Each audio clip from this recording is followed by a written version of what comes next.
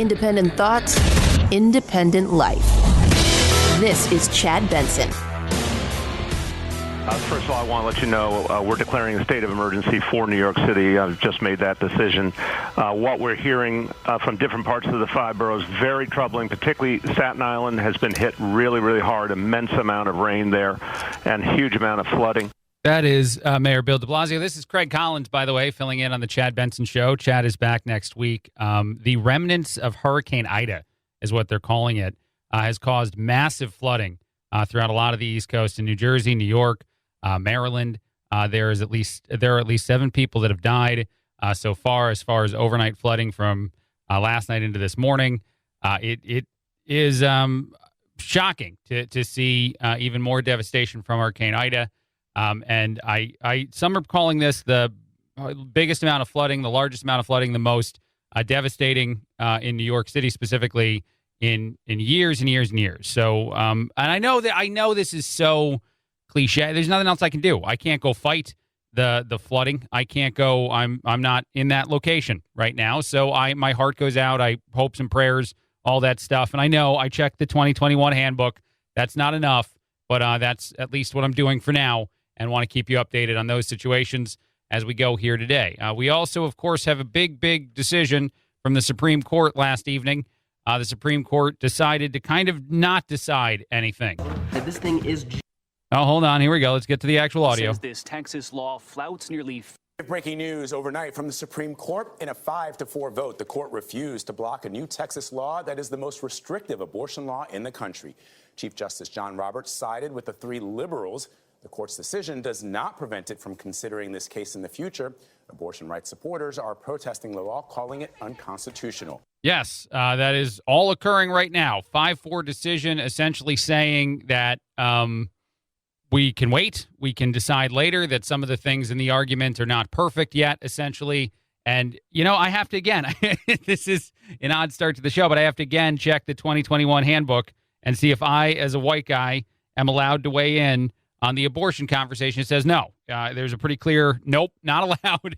Anything I say, any opinion I have, going to be attacked by somebody on this side of things. Am I a birth giver? I am not. I just checked.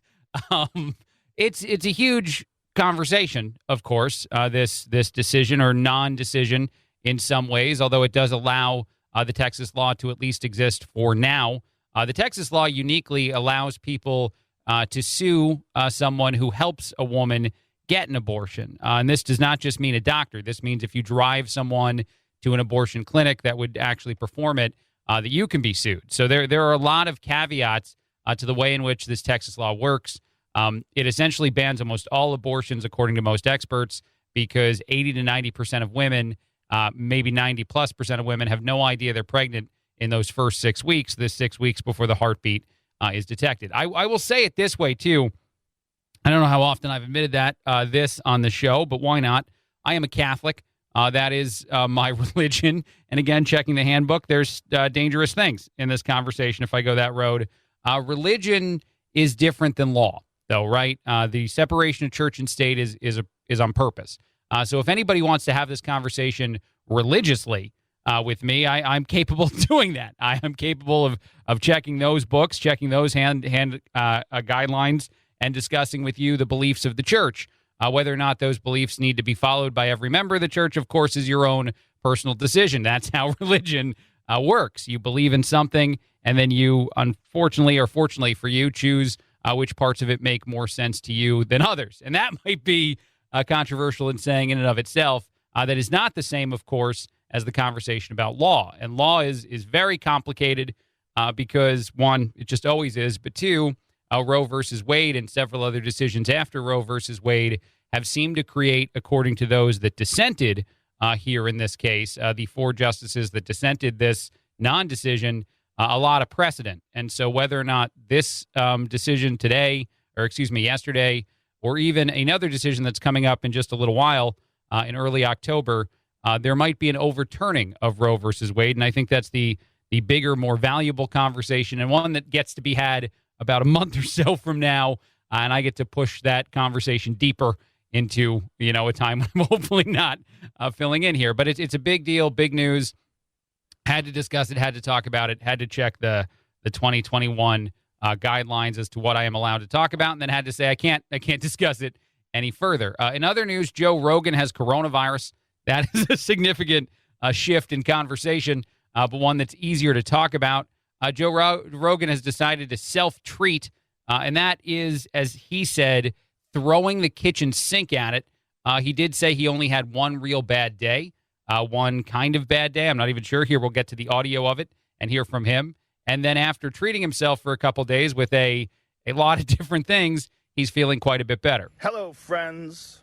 So I got back from the road Saturday night, feeling very weary. I had a headache, and I just felt run down. And just to be cautious, I separated from my family, slept in a different part of the house, and throughout the night, I got fevers and sweats, and I knew what was going on. So I got up in the morning, got tested, and it turns out I got COVID. So we immediately threw the kitchen sink at it, all kinds of meds, monoclonal antibodies, ivermectin, Z-Pak, prednisone, everything. And I also got an NAD drip and a vitamin drip, and I did that 3 days in a row. And so here we are on Wednesday, and I feel great. I really only had one bad day. Sunday sucked, but Monday was better. Tuesday felt better than Monday, and today I feel good. He feels good. He actually went on to say with expletives that he feels quite good. I do want to play one more piece of audio within this conversation, though. CNN covered this news story. They brought on their medical expert, Dr. Jonathan Reiner, and he said that it would be a bad idea to follow the Joe Rogan regimen, the Joe Rogan throwing everything at the kitchen sink version of treating yourself for coronavirus. I just as a human being, though, for just a quick second, which is apparently what I am, I had to make that clear to everybody. I think you'd be tempted, any of us would be tempted to do anything to treat COVID-19 if we got it. I know you'd go to your doctor. I know you'd go wherever you're supposed to go to be diagnosed with it and then essentially treated, hopefully at home. But I think a lot of us would be tempted to consider as many of the kitchen sink treatments as we thought made sense to us. And I do think it's unfair to an extent, the way this conversation is happening now, just saying that Rogan tried ivermectin. They're like, he tried it. He tried that thing that they're talking about on conservative television, and it's actually for horses, and it's terrible, and you shouldn't do it. He tried it, and now that's the only focus. He tried a lot of stuff, as you just heard from him. But here's Dr. Jonathan Reiner. Well, the first thing I'm thinking is I hope he gets well soon. Yeah, he walked it back, and he said, I'm not a doctor, I'm an... All right, he said he hopes he get well soon, and then he actually started to talk about Joe Rogan's previous conversation, a conversation he had months ago where he told younger people that if you were healthy, that you didn't really need to get coronavirus, you didn't really need to get the vaccine, the coronavirus vaccine.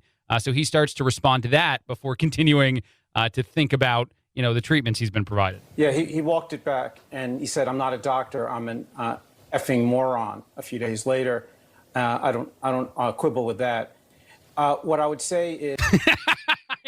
I'm sorry. I have to stop it again. I love those pieces of audio a lot together. I hope he gets better, and then he called himself a bad word moron, and I don't disagree with him. That's a lot of thoughts in a very short amount of time for an individual that I'm guessing Dr. Jonathan Reiner does not know. To jump from, I hope he gets better, I want him to get better, to he is what he says he is in his intelligence. What I would say is, he's, again, causing a great deal of public disservice when he describes a completely jumbled sort of self-created medical regimen that he's on right now. Yeah, disservice to the people. I will say this, at least for me as a person, again, I don't know why I'm making that so abundantly clear. Maybe I'm secretly an alien, and I just haven't ever admitted it here. But I will say that I think I would be as tempted as anyone else to try all the different things that someone would suggest to me are safe for me to try. And I don't know that anyone is really turning to Joe Rogan and saying, well, Joe Rogan did it, so I'm going to do it. But that is essentially the thought there, is that the disservice, all the different information that's being put out there by a podcaster who's rather popular but describes himself as a moron and other things. may be too trusted in the world of that. I think that that's the big problem more than anything else, is that so many of us believe that anybody could influence us, that whoever it is, however intelligent they are, none of that matters. Just because they're a public figure and they go out and say something on their platform, that we're all going to make the same decision. So we have to make sure to correct that information from whoever it came from. And that doesn't make sense to me. And I hope that if you have to make any kind of decision about your health or anything else, that you don't consult Joe Rogan because no matter if he's right or wrong on any issue, he's probably not the right authority. I got to take a break. A lot more. Craig Collins filling in on the Chad Benson Show.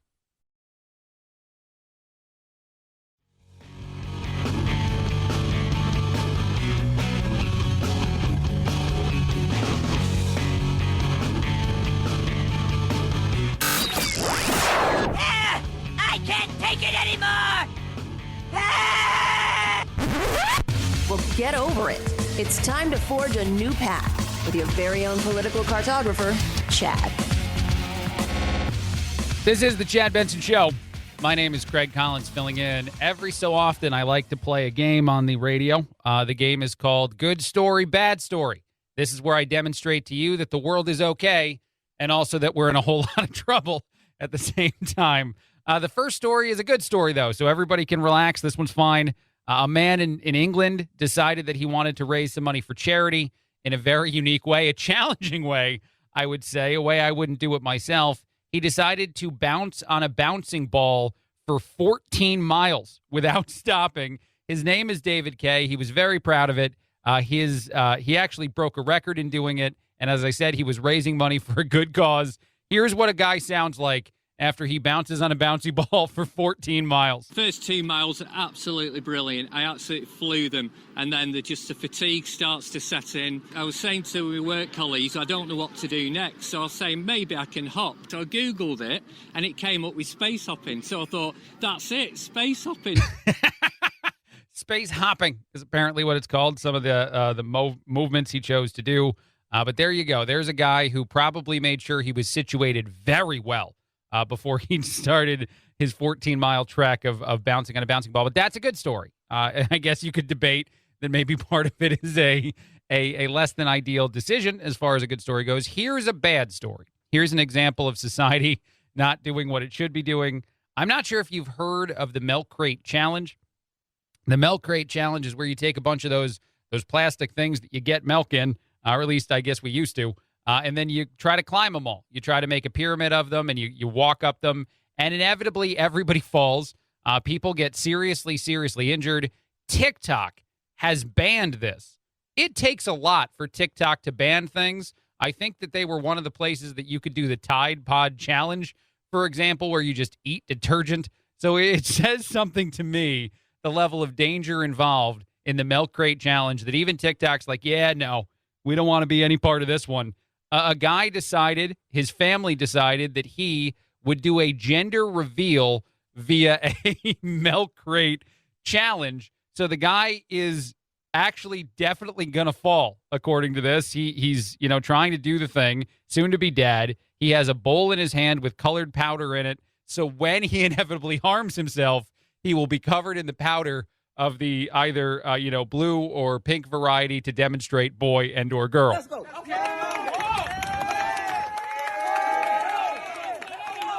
So everybody's so happy. Go. You're going to make it, guy.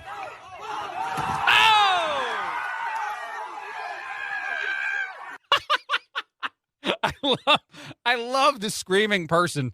I think for every viral video anybody puts out there, you need the screaming person who, whenever the crazy moment happens, runs toward the camera and screams. Because that, I think it adds a level, like it heightens all of the feelings involved.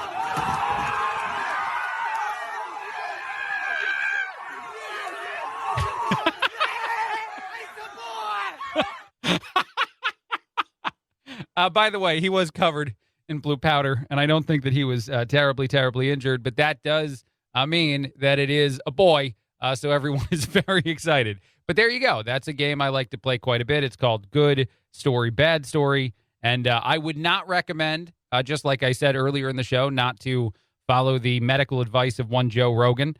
I would not recommend you do the milk crate challenge, even for the good cause of a gender reveal party. I saw this story in the news, too, actually, if we're talking about coronavirus, which I just accidentally did for a second.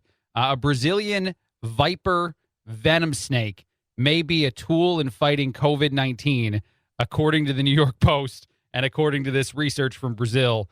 I am not actually advocating for this. I don't want to get attacked by anyone. I don't want to go to any of the message boards and be like that dude who filled in for Chad Benson, because I know no one's actually going to know my name, but that dude who was on Chad Benson's show, he said some things. Apparently, we're supposed to find snakes now. He's a terrible person. I just don't want to see it. I don't want to hear it because it's not. I'm just reporting. I am the messenger. That is all. A study published in a scientific journal discovered last month that some of the different things in a pit viper venom snake may have some value. I guess they studied this in monkeys. They demonstrated that maybe this could treat potentially COVID-19. One of the researchers said we were able to show this component of snake venom was able to inhibit a very important protein from the virus. This molecule is called a peptide, and apparently it somehow stops the virus, much like any of the other vaccines and other things you talked about. Once it first gets into the body, it stops it from replicating somewhere down the line. That's what I understand about it. I have no medical degree. I have no understanding, and I am certainly not advocating this. I don't want to see a bunch of commercials for this instead of ivermectin or whatever it is. I don't want to see any of that happen in the world recently. I just want to say, again, I want to plead the fifth on all this, except for the fact that I guess I just talked about it here. But other than that, I'm going to move on. All right. One other quick thing. I know we got to take a break. We'll get to more of this story in a bit. There is a brand new viral trend for how to get a cup holder into a classic car. This is something that a lot of people on social media are saying they like a lot. They're like, this is not ruining your car at all. Don't worry. We know there's no cup holders in classic cars. A very small amount of people can even benefit from this advice. But essentially, duct tape is involved. If you have a classic, very expensive vehicle, I imagine duct tape is not something you were thinking of adding. But I have that story and more coming up. Greg Collins filling in on The Chad Benson Show.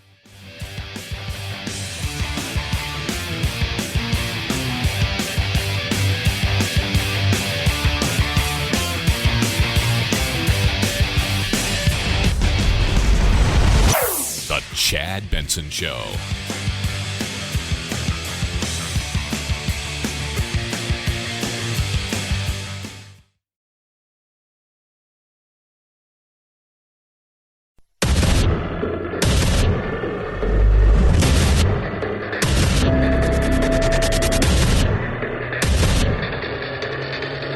Independent thoughts, independent life. This is Chad Benson. This is the Chad Benson Show. My name is Greg Collins filling in. I talked to you yesterday about this phone call between the President of the United States and between Ghani, who wound up fleeing Afghanistan just less than a month after this call was made. The call was made on July 23rd to the then president of Afghanistan, Ghani, and that, obviously a government entirely fell to the Taliban. On the 23rd, it has actually been obtained by Reuters via the transcript that Biden essentially told him to go on TV and lie to people and say that the Taliban was not doing as well as they were doing, that everything was fine. That was the message from Biden to Ghani. Jen Psaki has now weighed in just yesterday, actually talked about this at a press conference. It's a really interesting answer she provided because it's kind of twofold. She first says, and I'll play it for you in just a second, that she's not going to comment about a private phone call. Then she says some other stuff that really doesn't seem terribly connected to the question itself. I just want to put a pin in that report. Was the president in any way pushing a false narrative in that call with the Afghan president? I think it's pretty clear. Again, I'm not going to go into details of a private conversation, but what we saw over the course of the last few months is a collapse in leadership. And that was happening even before Ghani left the country. What the president has conveyed repeatedly, privately, and publicly is you need to stand up and lead your country. And that's something he said at a press conference in July in public forum as well. Yeah, you just need to stand up and lead your country, even though the transcript indicates that Biden said, we will provide you air support if we know what the plan is as far as what you're going to tell the people in Afghanistan. And Biden pushed if he did offer aid. It was essentially a quid pro quo as kind of conversation, which is something we remember quite a bit from the last administration. But in this situation, if Ghani had taken other political leaders, had taken military, had taken someone and reshaped the spiraling situation for the people there, then airstrikes and other support would be provided to the Afghan government. Instead, Ghani was like, I'm bouncing. By just the beginning of August, he had totally fled the country. He actually had said on that phone call, too, by the way, you clearly have the best military. You have 300,000 well-armed forces versus 70 to 80,000, and they're clearly capable of fighting well. So it seemed that the president of Afghanistan just kind of wanted America to fully fight that war. But it is odd and it is interesting to see now and to hear the response and to have a conversation about the way in which Biden would push another leader, another world leader, whatever you want to call it, that he was, a political, person in another country, to lie, because it says a lot about the system we all have in place, the politics we all have in place. And it says a lot about our president. And just think of it even a step further, because it's not like you're just lying about anything, right? It's not like the push is, hey, tell the people that everything's going to be fine on a mediocre issue. This is a civil war. This is the taking back of the entire country by a government that's not the one in charge right at that moment. And so this would be the biggest deal conversation you could possibly have as a politician with your people. And Biden thought the best approach was lie. That means that if anything big happens during this administration, anything else big other than Afghanistan, other than the border, other than the things we've seen, the odds are that the truth will not be told by our current president if he just acts the way that he talks. That's all you have to do to get that far down that rabbit hole. I also saw this story, just shifting gears. Portland saw 9 shootings in a 16-hour span, including a service dog that got killed. This is a continuing conversation that you've seen in a lot of different bigger cities, certainly big cities that are high profile as far as their fight against police. Whether that is defunding the police or just outright treating the police like they're bad people, which is nuts and doesn't make any sense. But we're seeing more and more of this violence, and it's devastating. As of July 31st, the city has reported 52 murders this year. That is compared to 26 in the same time frame just last year, according to police data. There's several areas in certain parts of Portland that they just really don't police at all anymore for a variety of reasons. The same is true and is happening a lot in Chicago. And I used to live on the south side of Chicago at one point in my life. That's a true story. I did. And there were times when police wouldn't really do much in some of those areas just because of the amount of violence and the lack of ability. You can't send in the entire force to one location if that location is the hardest hit. And now it's even crazier. Now there's more and more people that would have just left a situation alone that feel that they need to yell and scream and be a part of something just because of the public sentiment on the police. And so you see mass retiring in Chicago. You see a bunch of police officers thinking there's no support for us publicly, privately, with anybody in the administrations, anybody in the world of politics. So why don't we just step down in our own local communities? And it's tragedy because it's certainly not making the situation any better. As we see time and again in this data, it's making the situation way, way worse. All right, let's shift gears again. I want to talk about something a little bit more fun. There's a brand new viral trend, and I don't know exactly how viral it is, but it's catching a lot of people's attention on Twitter, to build a cup holder in your fancy classic car, which just sounds like a tragedy. One, I don't think you need a cup holder in an awesome, decked out classic car. You don't need it. Just don't consume any beverages at all in that car. If I owned a classic car and someone stepped in with their giant super Slurpee Mountain Dew, whatever concoction they had, I would tell them to get the heck out of my car. But if you're someone that wants to follow this advice, a few different automotive journalists have now discussed it on social media too. You essentially create a cup holder using duct tape in the classic car. So you make a full cup holder just out of duct tape, and I'm sure there's other ways to do it, but this has gone viral, and you just leave it sitting there. It is the biggest eyesore I've ever seen as far as the fancy car goes, and again, it just makes It makes no sense at all. I am not recommending you do this. You should never do this.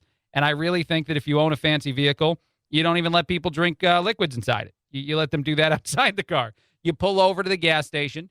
You wait for them to have whatever beverage they need the entire time, and then you let them in the vehicle only when it's entirely completed. That's how you do these sort of things. I also saw this story. A waiter in New York City who lost their job decided to open a fourth-floor cafe in his apartment. The unemployed waiter said that the pop-up shop that is his house will serve all kinds of little beverages. He's calling it the Little Armenian Cafe. Hours are limited, much to the surprise of no one, including maybe any roommates he has. I would love that conversation, actually. If you're like, man, I lost my job. I got to figure out how to pay rent, guys. How about I open a coffee shop in our house? How about I do that in our apartment? Everybody can be involved if you want, but I'm taking all the money. But we're just going to throw it open and see what happens. People are sitting with big smiles on their faces.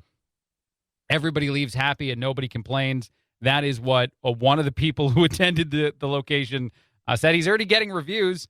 Another gentleman who was found by the New York Post on this story said it's just like throwing a party every weekend. So it's a lot of fun. It's a very interesting concept. A recent menu includes dishes such as stuffed grape leaves, a steak sandwich with horseradish cheddar cheese, caramelized onions and mushrooms, and then there's even some fancy desserts. I can't get over how much I like this story. The entrepreneurial spirit is great. I would be all for that. Again, as it is New York, and you certainly usually share your living space with others, I would not be all for that if this is the kind of thing that someone pitched to me. All right, one other quick story, and then we will take a break. I saw this getting shared a lot as well on social media and just being talked about quite a bit. The CEO of Sweet Green, which is a salad chain company, said that the root cause of the COVID-19 pandemic is obesity. This is a claim that he made. He actually said 78% of hospitalizations due to COVID are because of obese and overweight people. I'm not sure exactly where he gets the data he utilizes there. He has been attacked on social media for being fat phobic. That is apparently the problem here. And I will say this in trying to sort everything out and read into it, that one of the pre-existing conditions that might cause a more serious illness is quote-unquote medical obesity, which is not, I think, something that this person or anybody that uses that word intends to call a human. I'm not going to look at somebody and be like, you are obese. That's what a doctor does, and they only do that based on some medical guideline that I have no idea what it is. I don't even know what it is. I don't know what qualifies, and I don't really care to know. So whether or not this person is saying something that might be somewhat true is irrelevant. They are a salad chain company owner. They said that the root cause is something that people can get offended by. People are tremendously offended and calling him fat phobic and calling for him to lose his gig. Those are all things that are happening now. His salads cost about $15, I guess, as well.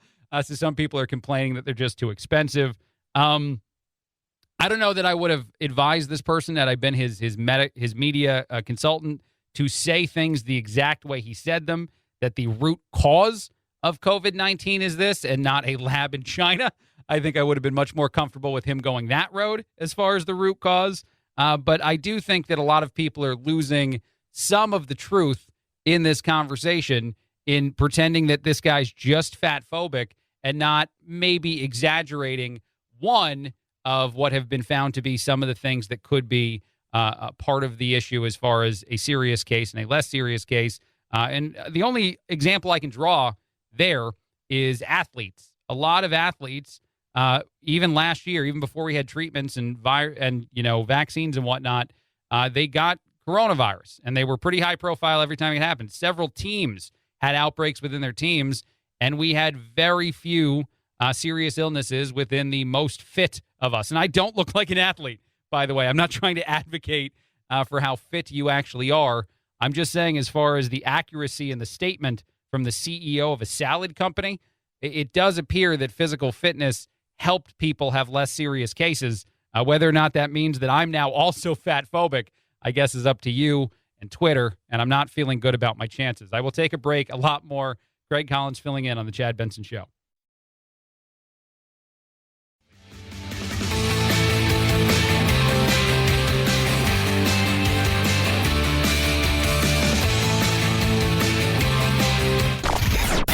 I'm so tired.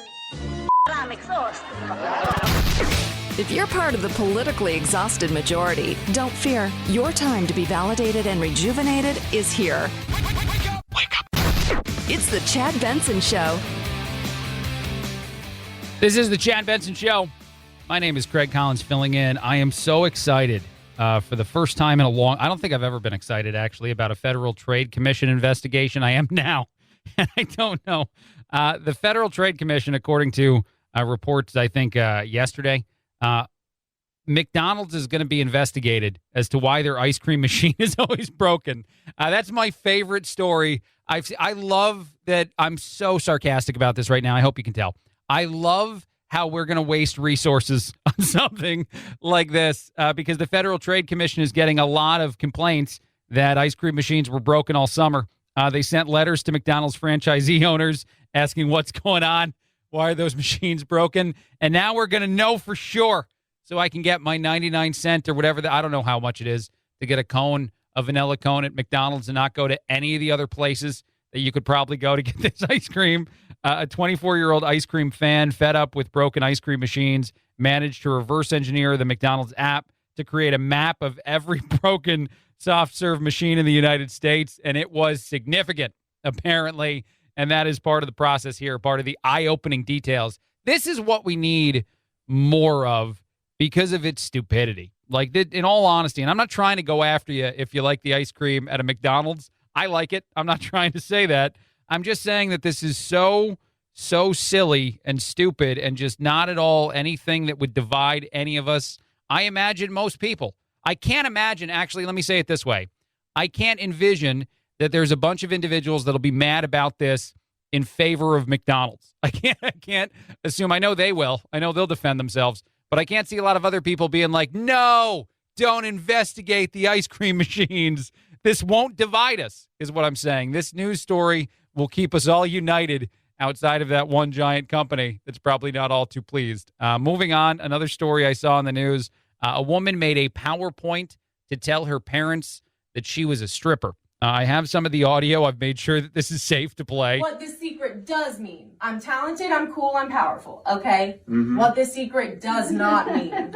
I'm pregnant or endangered. So she does it as a reveal. They have no idea what's coming. They just know that she has a secret.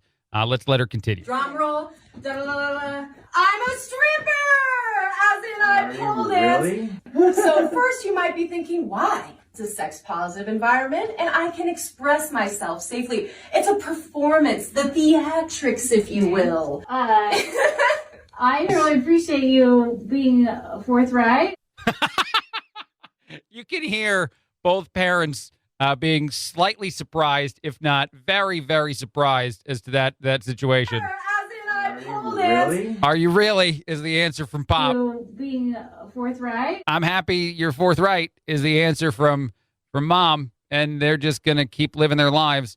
This is a day after I talked about strip talk, so I don't know why that strippers are so in the news. If you don't know what that is, by the way, it's a TikTok kind of subculture. It's a hashtag where people who also work in that profession go on TikTok to tell you why it's an okay profession.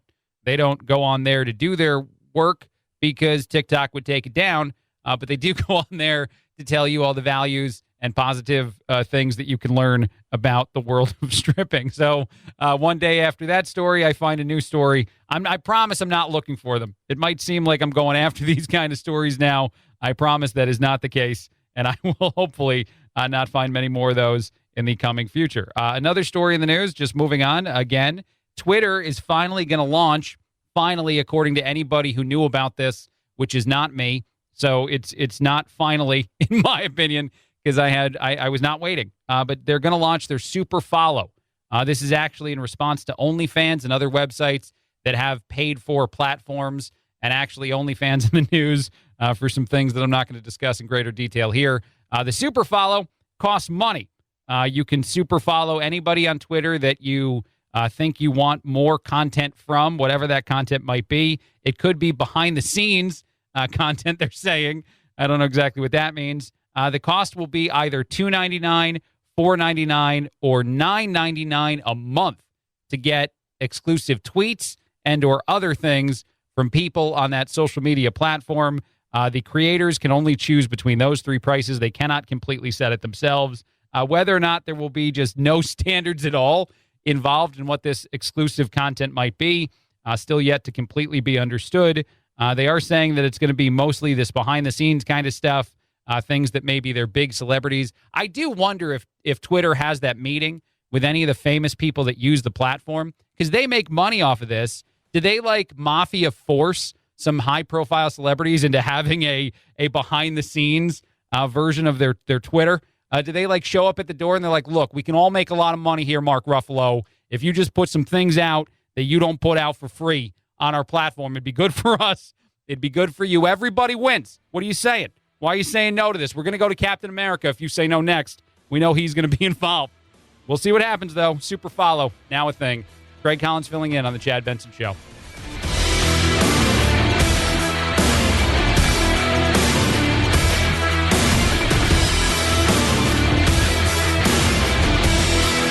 This is the Chad Benson Show.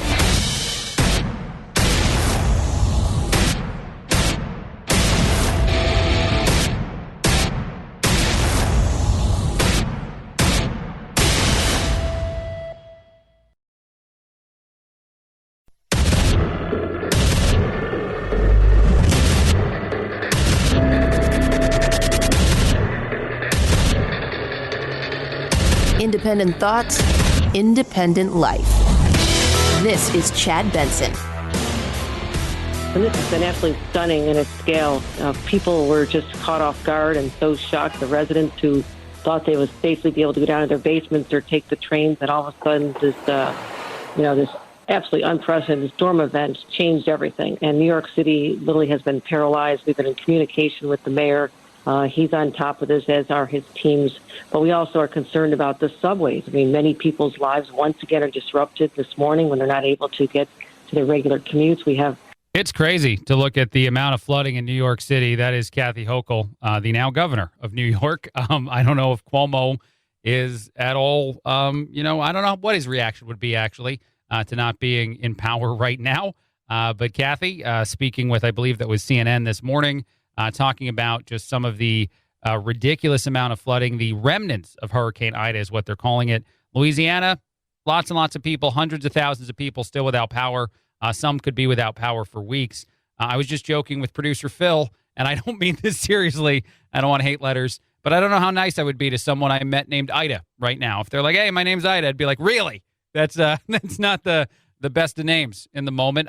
This is upsetting. There are several people that did lose their lives in the New York flooding, about 7 or so in the area. So my heart, my prayers, all that stuff, even though it doesn't matter in the year in which we live, goes out to everybody involved and everybody, dealing with that today in both of those situations. I want to move on to the Joe Rogan conversation again. I don't know why this is such a big deal.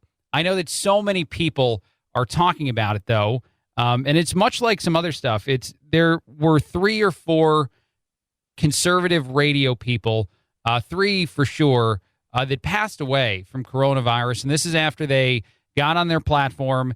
They talked about either doubt about the vaccine, or they talked about, doubt about wearing masks. They were public figures that were going after the science or whatever it would be that would be involved in that.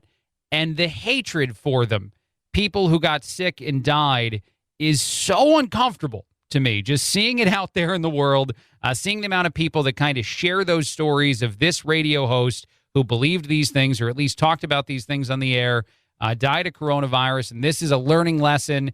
It's almost celebration to some, and I feel like that's just it's a lack of humanity that I'm not used to.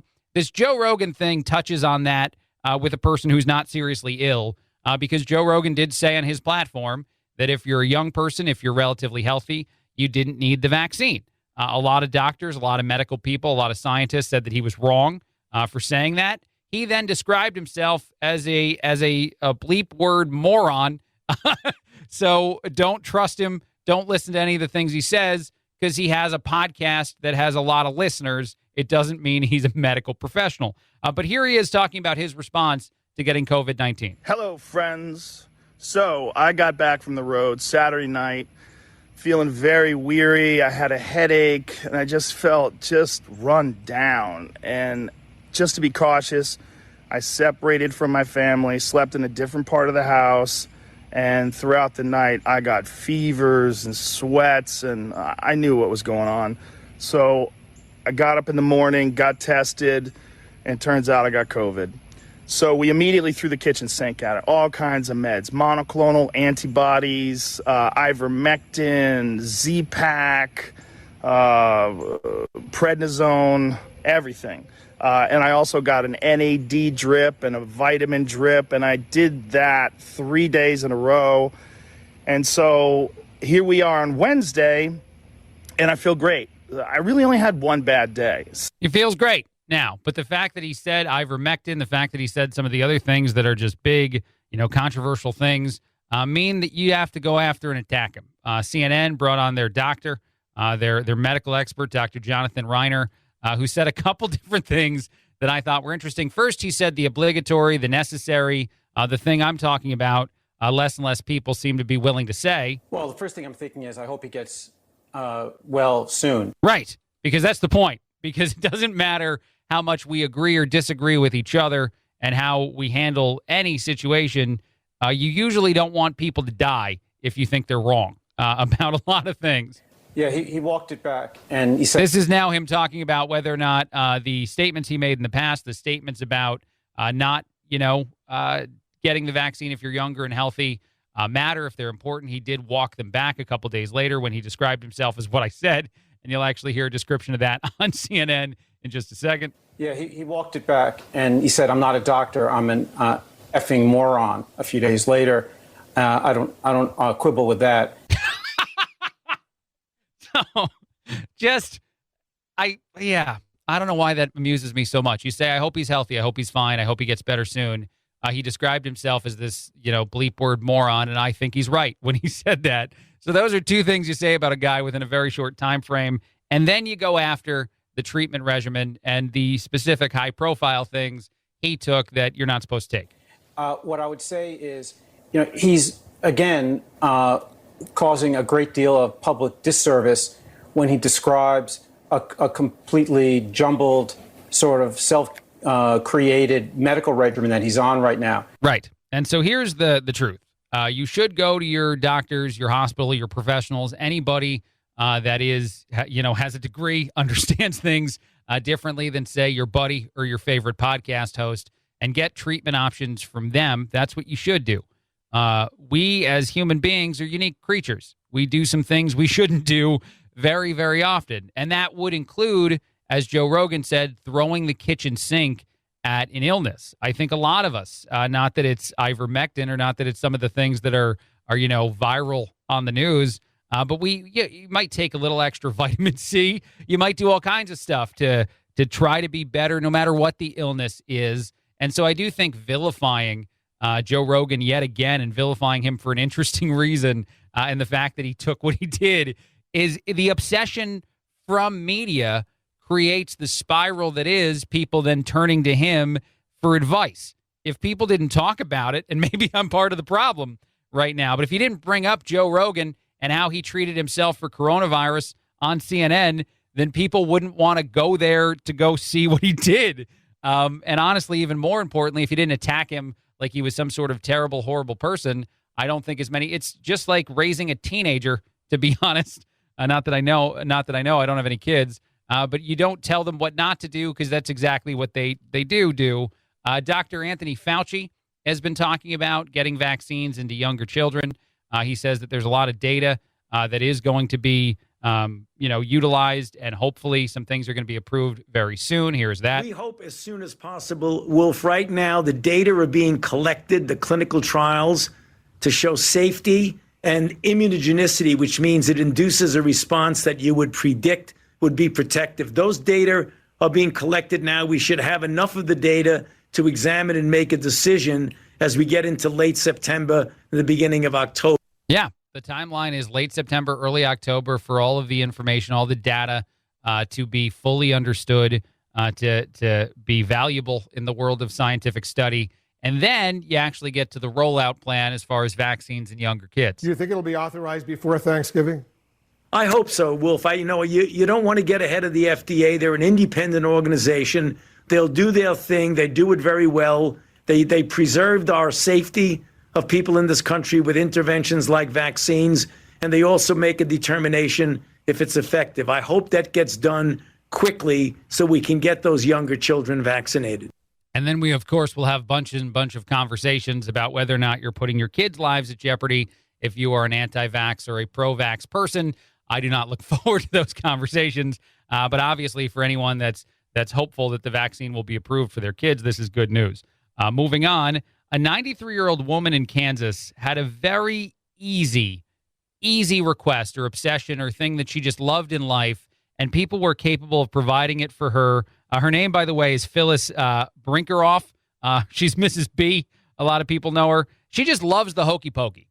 The simplicity of this person is also missing in our society. There are not a lot of people out there who love something this simple. And so what did they do? The neighborhood decided to throw her a special flash mob birthday where everybody showed up at Phyllis, Mrs. B's house, and they did the old hokey pokey with her. And I mean the actual dance that is in no way, shape, or form intended to be a euphemism, but they did the actual dance with this Kansas woman. They gifted her something that she said was the best moment of her life. And she's been on this planet for 93 years. Where is this in our society? Where's the simplicity of this? I ask you. I'm going to do the hokey pokey during this commercial break in honor of Mrs. B. I think you should too. If you want to throw up a video on social media at the Chad Benson Show on Facebook or on Twitter, I would be so amused because sometimes I like to call for you to put videos up that Chad will have no idea what they are. So somebody doing the hokey pokey as a video that gets put up on his page, I will love you forever. I don't know if that's enough. I doubt that's enough to get you to do it. But let's take a break. I'm going to hokey pokey. I hope you do too. Mrs. B, this one's for you.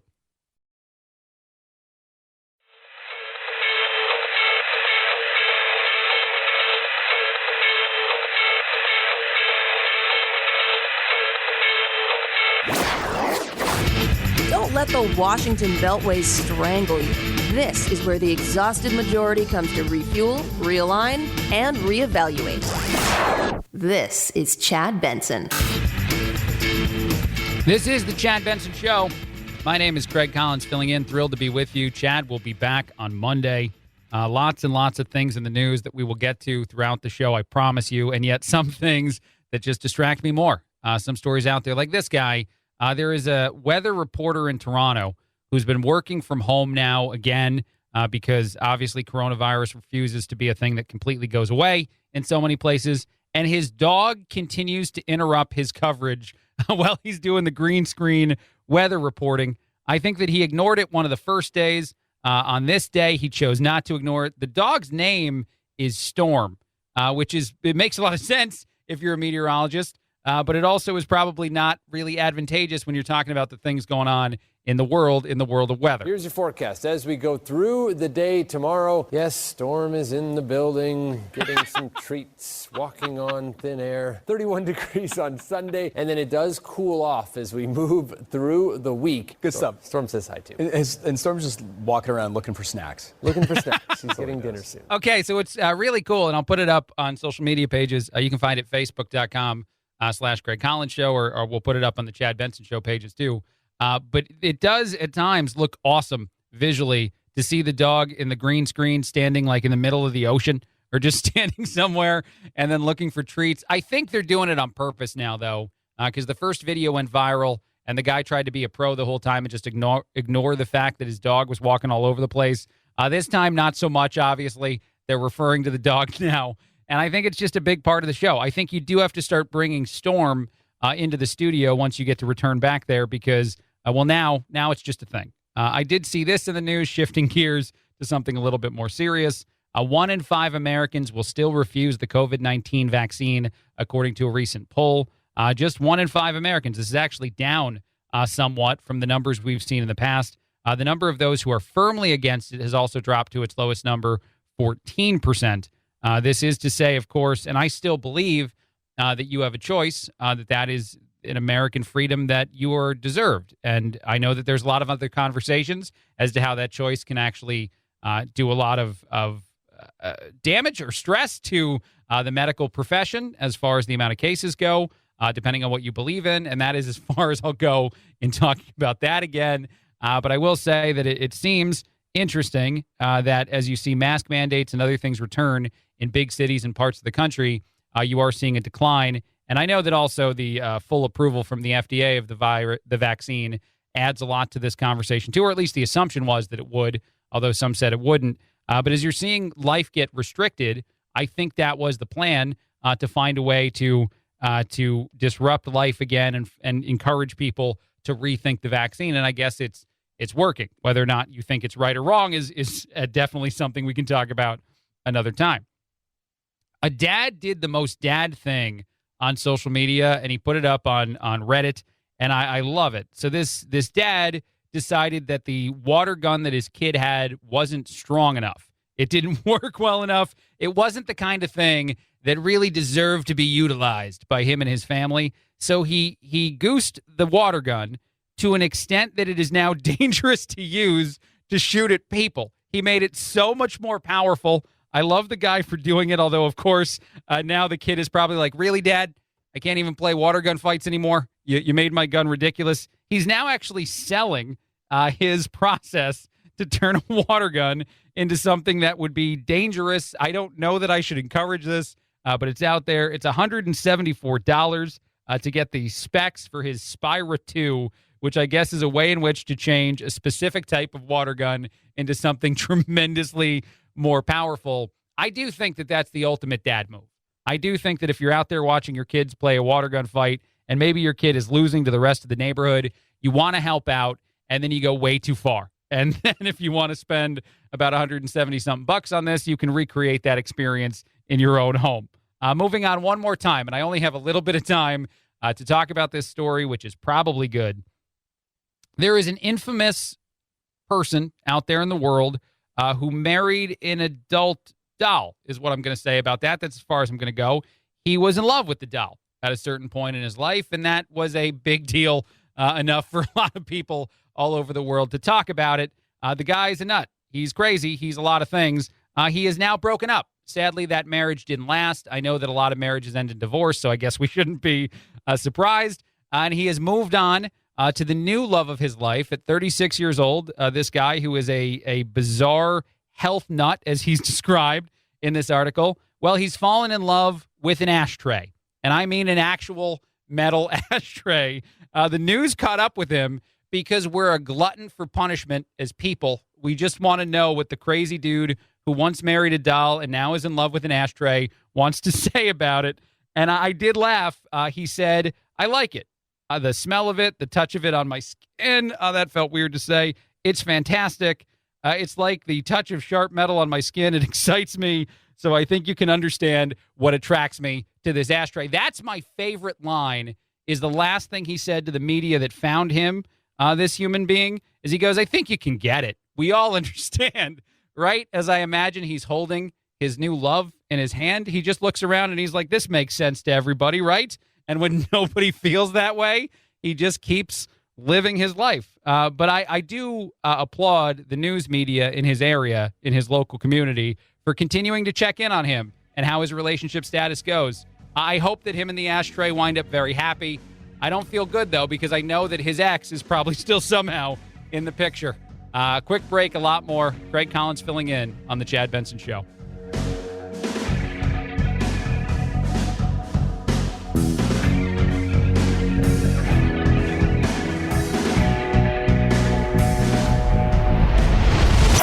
The Chad Benson Show.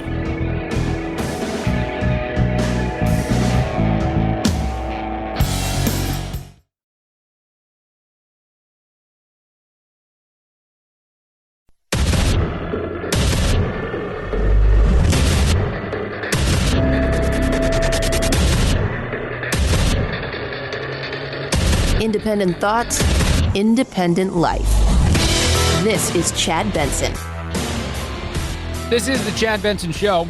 My name is Craig Collins filling in. Chad will be back next week. Much deserved vacation for Chad. Apparently, and I don't think that this is so shocking to that many, the San Francisco shoplifting thing is a big problem for places like CVS.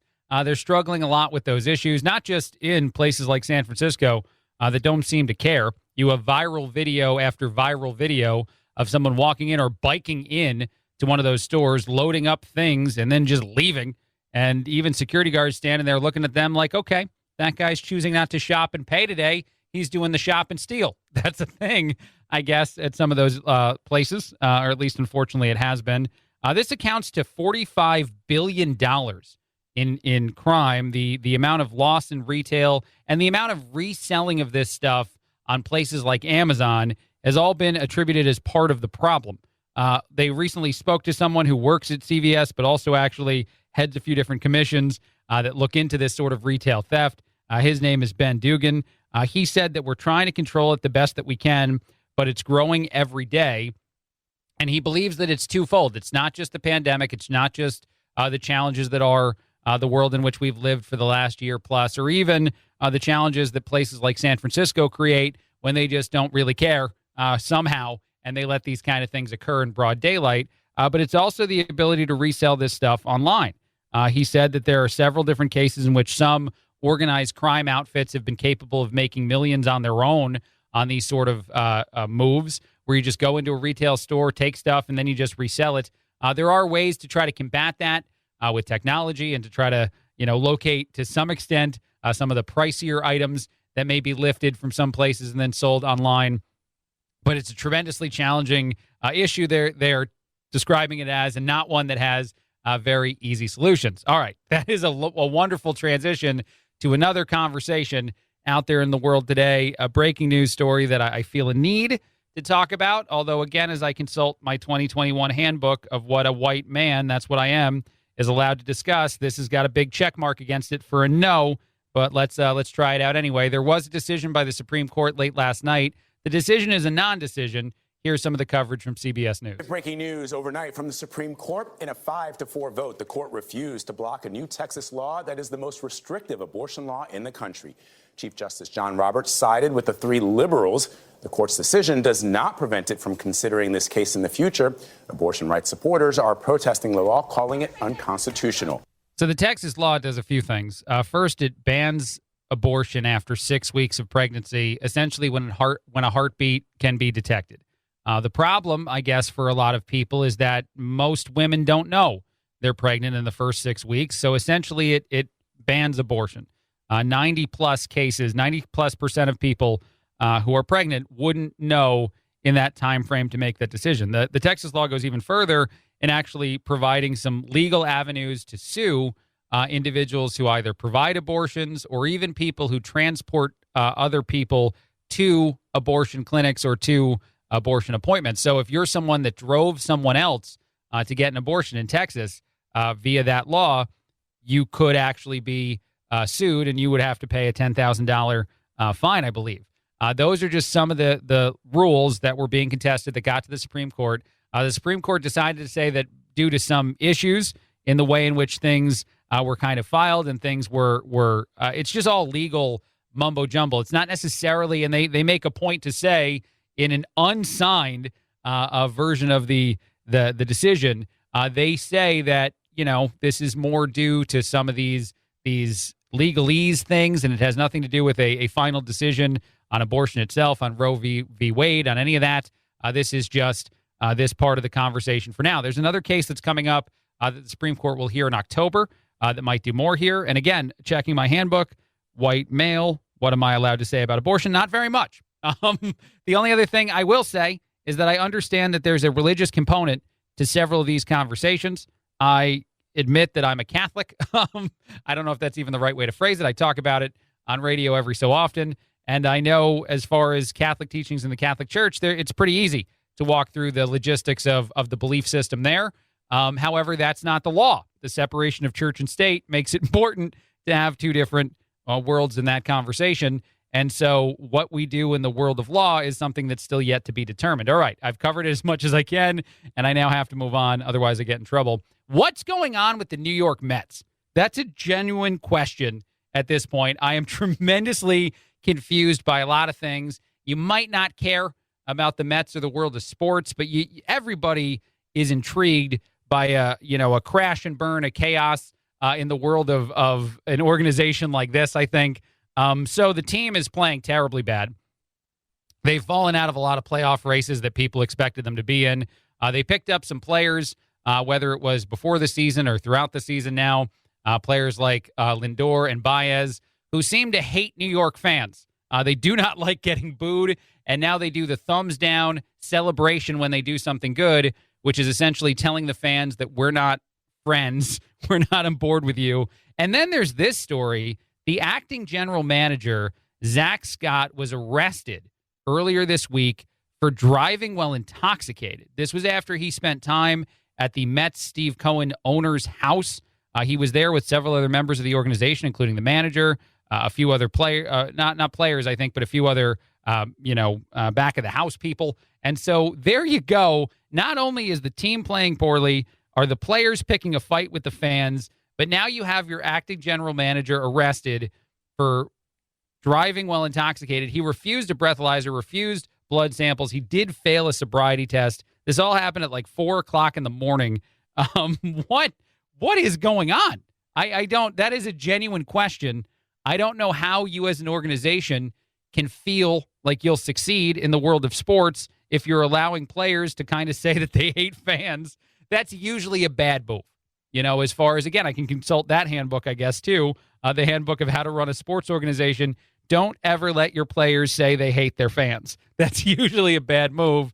And then this, don't let your company be run by individuals who will get in a large amount of trouble after a party at the owner of the establishment's house, or the owner of, I guess, in this case, the sports organization.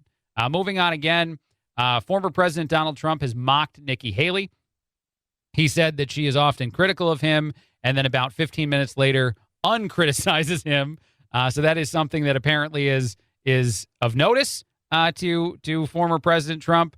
There is also some reports as to whether or not Trump hates Ron DeSantis.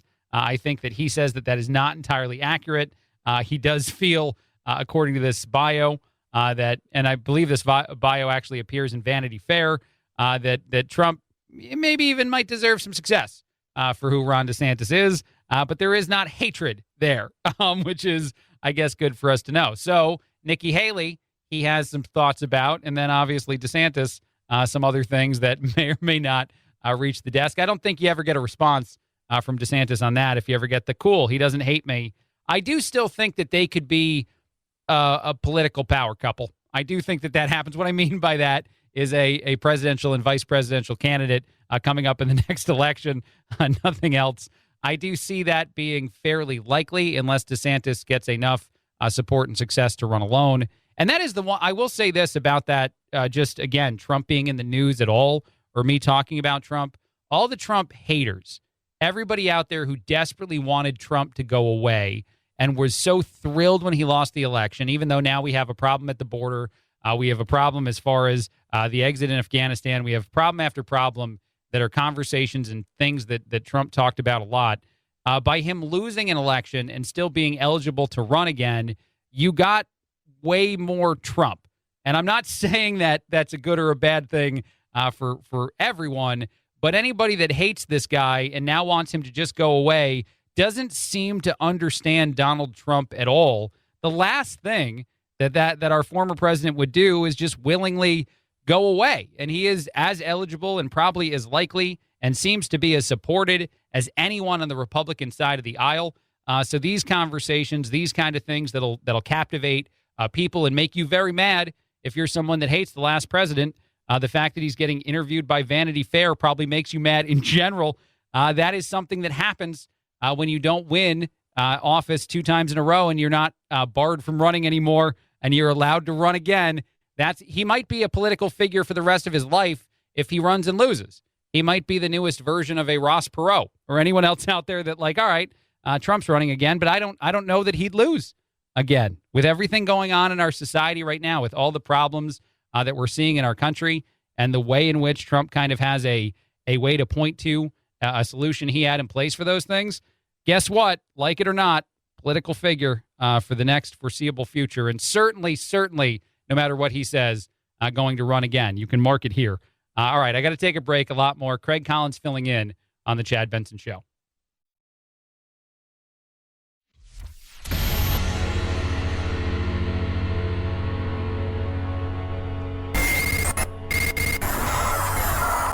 No fake outrage here, just the real thing. The Chad Benson Show. This is the Chad Benson Show. My name is Craig Collins filling in. I don't care what side of the political aisle you're on. It is utterly embarrassing, disheartening, whatever the word is you want to choose, that we now don't know if some of the people that we abandoned in Afghanistan, some of the U.S. citizens we abandoned, are escaping or not. We don't really know. I have several points to demonstrate that. First, Biden State Department spokesperson Ned Price talked about this. Not really sure if people are getting out. No data as far as that is concerned. Yes. Did you have a number for have any Americans gotten out since that last flight? I don't have data to provide on that front. I don't know. We don't know. Jen Psaki was also asked this, White House press secretary, as a question, and her answer was even worse. Thanks, Jen. It's been now a couple days since U.S. troops left Afghanistan. I understand you have continued to say the mission will continue to bring people home through diplomatic and other ways. Yesterday, you guys at the White House didn't have an answer on whether any Americans or refugees had made it out. Is there an answer today? Well, again, this is an operation that's being overseen by our State Department from a diplomatic front. They have a briefing today. If there are updates to provide, they will provide them. We don't know. That's two we don't knows. And then actually the Undersecretary of the State, Victoria Nuland, also talked about how she doesn't really have a plan to help people that are still there get out. So if you're an American stuck in Afghanistan, if you escaped, we don't really know. And if you haven't escaped, we don't really know exactly how we're going to help you moving forward. Rest of this. People's confidence in the United States has been shaken, perhaps irrevocably, by the fact that they were being told as recently as over the weekend that you knew where they were and that they weren't going to be stranded, and yet they were. So what precisely are you telling them other than we're doing everything that we can to try to get you out, even though it's clear that you don't have a way to do it yet? Well, the messages are being tailored depending upon who they are and where they are. I'm not going to get into the specifics of that, but the first... I'm sorry. I shouldn't laugh at these things because they're sad. There's a lot of sadness there. It's just the political answer always gets me. I'm not going to get into the specifics of the question you asked. Could we do that in any other place in life? Say you got in trouble by a boss at work. Say you did something bad at work and the boss was like, hey, we heard that you did this thing, whether it was stealing money, I don't know what you did. You did something bad. And if you just looked in the face of this other person, you're like, I'm not going to get into the specifics of those things that you're discussing. I'm just going to ignore all of the question and make another statement. And I'm going to do that by saying we're not getting into the specifics. The thing we have to do is ensure that we can get air routes and land routes secured, and that's what we're working on. But what we mostly need to understand is to continue to evaluate who is where, who they have with them, so that we can, on a case-by-case basis, do what we can to tailor evacuation routes. Okay, that answer is the scariest thing I've ever heard if I was someone that's there. Not only are you asking, what are you going to do? And the answer is we're not getting any specifics at all on that. Then you're establishing the most basic of problems. You're like, we got to get a way to transport people. That's the thing we got to do. And we also have to know who and where they are. That is not a good challenge for us to have now. And it's embarrassing and it's disappointing. And it's all the other things. You can get angry about this kind of a conversation, that our country and the capabilities of our country can be in this position. And as you hear from the military experts, essentially we have to trust and hope that we're going to work well with the Taliban, the organization, the terrorist group, according to some, that we've been fighting for the last 20 years. We're hoping for their assist, their help with all this. And honestly, as we have just the cluster that is everything going on in Afghanistan, you also have this new report as far as the Biden administration just losing track of thousands of unaccompanied minors that crossed over the border. Just thousands. We don't know where they are anymore. Thousands. We lose people in our own country we can't track the people in Afghanistan. We also have no idea where most people are here. Is missing migrants. The Biden administration has lost track of thousands of unaccompanied children who came to the border earlier in the year. This is something we found. Axios is reporting this morning on the rights of a FOIA request of documents my colleague Steph Kipe got from the Biden administration detailing about the check-in calls that the government is supposed to do after these children arrive.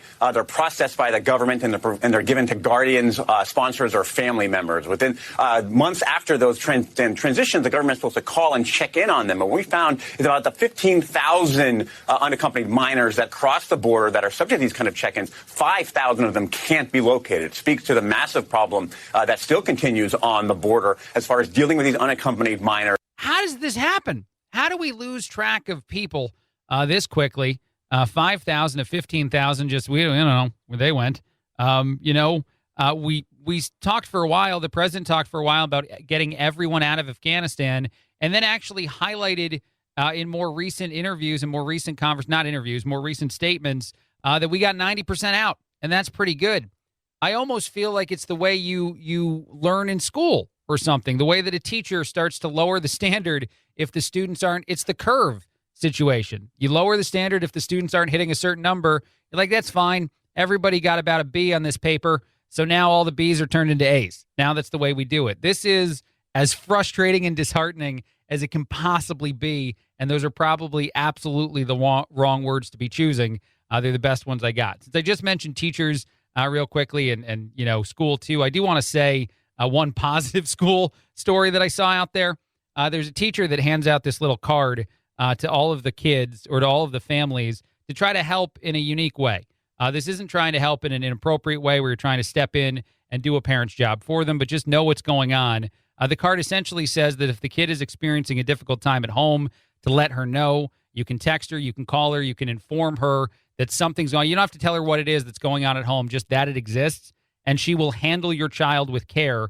She will do what she can to be aware of that, giving them extra time with school work, with patience, and also help during the day however they need if you're just communicating. And I truly believe and love stories like this and understand the challenge that a lot of the teachers face in our society in a bunch of different ways and a lot of the conversations we have. But this is working with parents to do some good in the classroom. And I just wanted to highlight that because every so often, certainly now, when we talk about the mass conversations and everything else, I feel as though much like we do as a society sometimes when we talk about cops now, we start to vilify a lot of really good people. And there's a lot of really good, wonderful, excellent teachers out there doing very important, good work like this one, who's trying to make sure that if your kid's struggling, that at least she knows and she does a good job with it. All right, this is the Craig Collins fill-in, I guess, on the Chad Benson Show.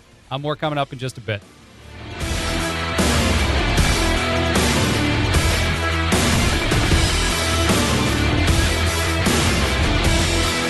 This is the Chad Benson Show.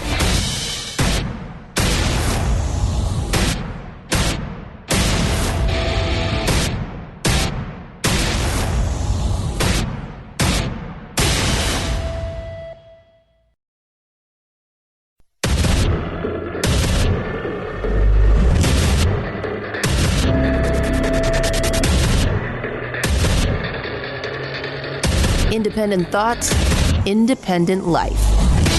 This is Chad Benson. This is the Chad Benson Show. My name is Craig Collins filling in. There is further debate as to whether or not President Joe Biden checked his watch when the service member who were killed in the attack in Kabul actually returned back to the United States. That was viral. Lots of people talked about it. There were even parents who popped up on Fox News and talked about how he did it after every member was returned to the United States. Now, apparently, extended footage says maybe not. According to USA Today, the President of the United States may have only checked his watch at the very end of the ceremony and not during what should be a salute of the caskets of fallen U.S. service members. So this is an ongoing debate as to whether or not the president was disrespectful enough to check his watch during or after, I guess, and you can still feel that that's disrespectful. He is the president, I guess, so maybe he would be more concerned about the time than most. But I don't think it's a good look to even have the the viral video out there in the world, but this is the latest, the fact check information and the extended footage out there in the world. I also saw this news talking about the world of movies for just a second and how it relates to COVID-19. A bunch of movies are being pushed back again now. A bunch of Hollywood films are going to be delayed so that they get better openings. There's a bunch of debate in the world of film right now and with some high-profile actors and actresses about the streaming of a movie and some of the deals that exist in those worlds as to whether or not you get access to all the money they make off of streaming a movie that's not in a movie theater. But anyway, Top Gun Maverick, MI7 pushed back, several other movies, including another one of the guys who just make idiots of themselves, has been pushed back as well, too. The stunt movie. There's so many out there in the world, I guess, that are getting pushed back. But it did lead me to a discovery I was not aware of and a thing that I want to talk about for just a second because I'm so captivated by it. James McAvoy, the actor, has a new movie coming out. It's coming to one of those streaming platforms. He didn't get a script. No one gave him lines to say. Everybody else in the movie that this guy made for a streaming platform knew what they were going to say and talk about. He had no idea what was going on. I think he has a character he plays, but he had to ad-lib everything. And apparently he's very proud of this movie. As I said, it is coming out soon. Here's a little bit of him talking about it, the experience of making it before the trailer. I am tremendously intrigued by this idea. I don't think it's a good idea. This is reality television in Hollywood, but here's what he said. I've managed to have an experience that no actor gets to have. I hope we'll give the audience something really tangible that they can hang on as this thriller rattles along. So if you've ever been to like an improv comedy show or anything, I guess the reason you become more impressed, and it's weird that I just related those two things together, but you become more impressed only because you know they're making it up on the spot. And sometimes I think you laugh harder at a joke that's probably not funny if it's written into a movie or written into a scene or whatever you want to call it, but you laugh just because you're like, he made that up. This is now going to be a movie experience. We're now going to get to see this in the real everyday world. And I'm not surprised, I guess, that it's coming to a streaming platform and a streaming platform only or first. But that is news that I can't wait to see more on. 1 in 5 Americans will travel over the Labor Day weekend. There's a lot of expectation for this to be a very, very stressful time in the world of travel. The CDC is asking unvaccinated people not to travel at all. It sounds like plenty of people plan to do it anyway. The Labor Day poll found 51 million Americans are traveling this weekend. That's about 1 in 5 and includes 30% of people with kids under 18.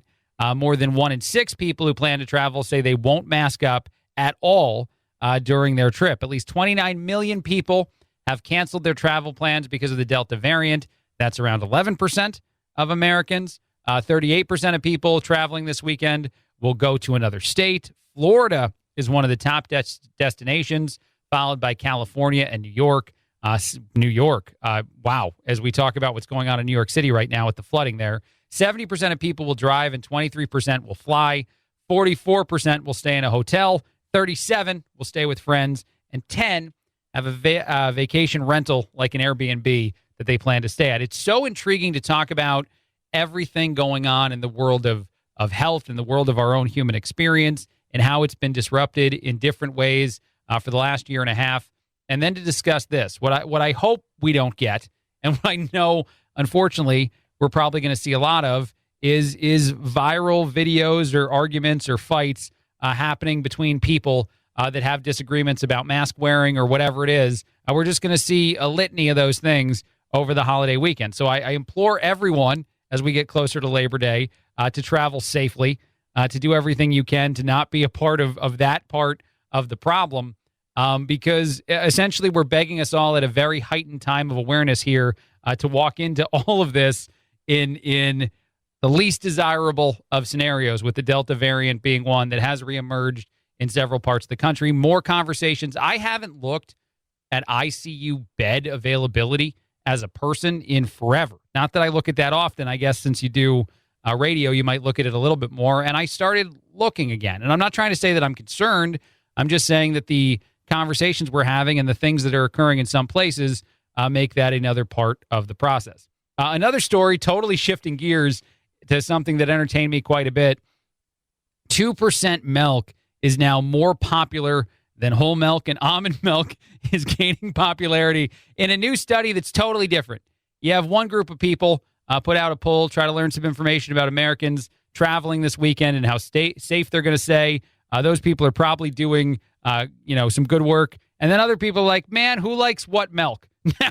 Right now, let's check in on that. Let's see who the winners are. And as I said, 2% is now more popular than whole almond milk, which is gross for me. 33% of Americans drink 2%, 30% drink whole, and 23% drink almond milk. I love that I just talked about that story. I love it a lot because it is one of the dumber things that I've seen out there get researched at all. A toddler went viral on social media because they tried to pack up and leave when their favorite cartoon show was turned off.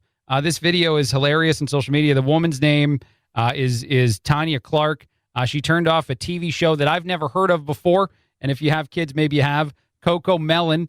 And her son, who's about 1, got up. He said that he had to go. He said, bye-bye, Mom, and just walked out because she said she had a phone call. She's like, I got to stop the show. I got a phone call. No tolerance for anything. The ability for us to be patient is now affecting 1-year-olds. I mean, this is normal. This is a kid activity. It's just a adorable viral video. And honestly, maybe a good demonstration of other ways that a lot of us need to escape the news of the day, and probably why I'm even talking about it on the radio. 7 million people viewed the video on TikTok of a 1-year-old holding a toy, wearing a diaper, looking at his mom and saying, if you don't turn my cartoon back on, I am bouncing, and we are through. I thought it was incredible. One other quick story, and then I will take a break. Short hair is a big trend, apparently, in the world of fashion.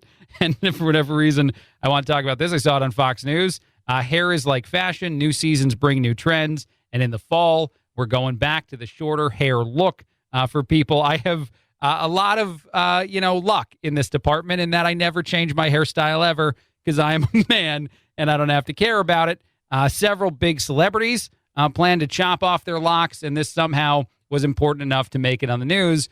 Because I do, one more time, just to full circle this whole thing, think a lot of us, even in some of those worlds of maybe Fox News media and whatnot, need the escape version conversations, need the palate cleanser story, and you're going to have short hair, not long hair. This fall is about as palate cleanser as it gets. I will take a break. A lot more coming up. This is Craig Collins filling in on The Chad Benson Show.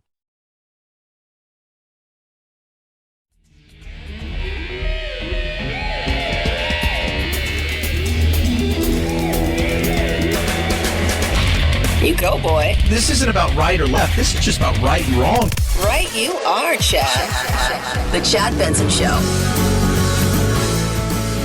This is the Chad Benson Show. My name is Craig Collins filling in. I want to keep discussing the shocking amount of flooding that occurred in New York City specifically, and just Hurricane Ida and the toll it has taken on the United States. It hit Louisiana, and there's still several people, hundreds of thousands of people without power. The National Weather Service office in New York City said that they issued their first ever flash flood emergency. The images and the things coming out in New York, 8 people have died, including a toddler. It's tremendously, tremendously distressing and also just shocking. Both of the leaders, the political leaders there, the Mayor de Blasio, said that it was a state of emergency. First of all, I want to let you know we're declaring a state of emergency for New York City. I've just made that decision. What we're hearing from different parts of the 5 boroughs, very troubling, particularly Staten Island has been hit really, really hard. Immense amount of rain there and huge amount of flooding. In Staten Island specifically, apparently things are very grim. As he said, Kathy Hochul also said, the governor of New York, that the flooding is just shocking to see. It's interesting to hear a politician weigh in on something while they're jumping in on whatever the news coverage is, by being as shocked as anybody else, as surprised in the images they're seeing. This has been absolutely stunning in its scale. People were just caught off guard and so shocked. The residents who thought they would safely be able to go down to their basements or take the trains, and all of a sudden this absolutely unprecedented storm event changed everything. And New York City literally has been paralyzed. We've been in communication with the mayor. He's on top of this, as are his teams. But we also are concerned about the subways. I mean, many people's lives once again are disrupted this morning when they're not able to get to their regular commutes. We have major disruptions on Metro North, the Long Island Railroad. Yeah, a lot of people are disrupted throughout the city of New York. And again, this is not to overly focus on the East Coast or on one of the biggest cities in our country, although, of course, New York City being devastated this hard with the flooding and the things that are occurring there affects a whole lot of people. But even just looking back again at everything that's going on and the recovery efforts in New Orleans and in Louisiana as a whole, Hurricane Ida. I don't really have a hot take on it other than the fact that I would rather not. I don't know how nice I would be to somebody, Ida, if someone's named Ida that I meet, right? It's not their fault. I know. It's just, it's not what we needed in our society. That's a stupid thing to say, but it's true. And I'm sure a lot of people are thinking that today. Really? With everything else that's been going on and how long it's been going on and how close we all felt like we were getting to the better things. Actually, you know what? I'll do this. I'll play audio of Dr. Fauci talking about how younger children are likely to get vaccines by the end of this year. We hope as soon as possible, Wolf. Right now, the data are being collected, the clinical trials, to show safety and immunogenicity, which means it induces a response that you would predict would be protective. Those data are being collected now. We should have enough of the data to examine and make a decision as we get into late September, the beginning of October. Correct. And then he is asked as to whether or not that means that all that information leads to vaccines actually being given to children for parents and for people that want them, of course. I will still say that is a part of it, however big of a deal it is to you. But here we go. Do you think it'll be authorized before Thanksgiving? I hope so, Wolf. You don't want to get ahead of the FDA. They're an independent organization. They'll do their thing. They do it very well. They preserved our safety of people in this country with interventions like vaccines, and they also make a determination if it's effective. I hope that gets done quickly so we can get those younger children vaccinated. It would just remove one other part of the conversation, at least, and especially when you're looking at schools. Schools for so long in this process have been a focus that a lot of us just have, kind of an outsider perspective on for whatever reason. Schools and the education boards making decisions and then getting yelled at for whatever those decisions are in a lot of these cases. But hopefully, if the vaccine becomes available to younger kids, school-age children, we start to do things like have very different I hope by November we're having very different conversations about masks in school in general. Moving on, Liz Cheney has been named the vice chair of the January 6th Select Committee. Yeah, that's going to be great. That's about as fair of a group of people as you can possibly come up with. Liz Cheney, not really much of a Republican when it comes to the world of Donald Trump and conversations about him. I do understand that she still has an R in front of her name, but this is a ridiculous partisan. I'm saying that in a way without intending to sound as political as I know it does, because you have to admit it. If you're on either side of the aisle, if you're on either side of the conversation, and you just look at what's occurring as far as the makeup, the build, and now how they're even discussed, they want to take phone records. And I know that some of the politicians they want phone records from, at least one of them, was fairly involved in communicating with Trump on January 6th. But even so, like pulling phone records and private conversations from other politicians, I just feel like we're getting to a place that we can't turn back from, and not just on this one issue, but in the world of politics. The impeachment calls have been made for Biden, and I believe that, there definitely should be investigations into how Afghanistan went so poorly, how that could fold so tremendously bad. Someone somewhere had information that was terrible, and there deserves to be some amount of response to that for sure. But whether or not it means that everybody should be fired, whether or not they were, the one most responsible. And I know that the buck stops with the president. He said that himself. But this just feels very repetitive. It feels very nuanced and different, this world we're in now. And watching this January 6th committee continue to be built, the president the former president, President Trump, got impeached for this already. He went through that whole process. That occurred. It happened. We looked into it in a political space. We discussed everything we possibly could several months ago in the world of this conversation, and yet we have to do it all over again because is what I find is the only I can't find another cause than because.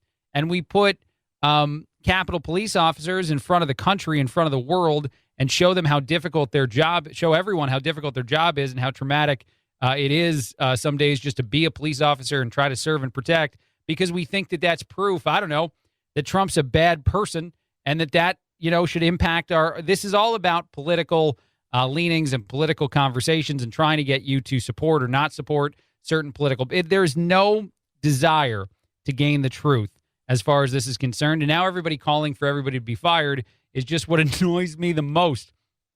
And I say that the nicest way I can. It annoys me the most about everything that is the world of politics. One other very quick story that I don't think I have much time for now. A Florida man had a very unusual parking spot. He was found to definitely have been intoxicated when he was driving. He left his car hanging half off a pier. People don't even know how he got out of the vehicle. There is a guy in Florida who was driving around. Officers conducted an investigation into it, and he just left his car, as I said, hanging halfway over. It's like a movie scene. If you look up the photo of it, it's there. It's halfway in the water, and somehow that guy managed to get away. All right, I got to take a break. More coming up in a bit. Chad Benson Show. Craig Collins filling in.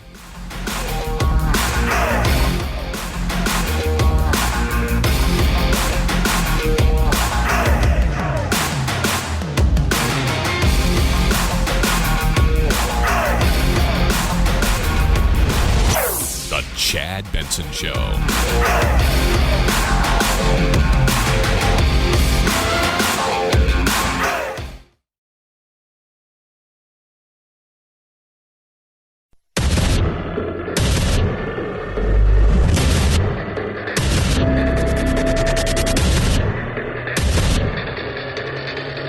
Independent thoughts, independent life.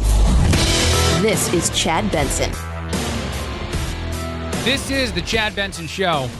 My name is Craig Collins filling in.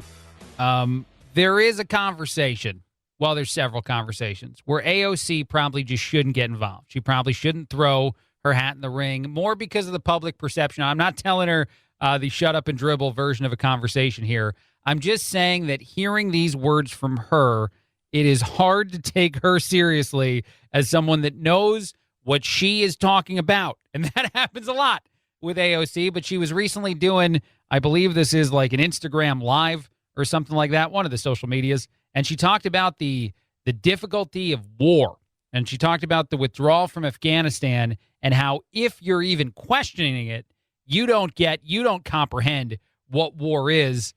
AOC, I'm not sure that I know anything about her military record, but here we go. Here is AOC's take on why we're all wrong if we think this war was botched and that this is what it always looks like.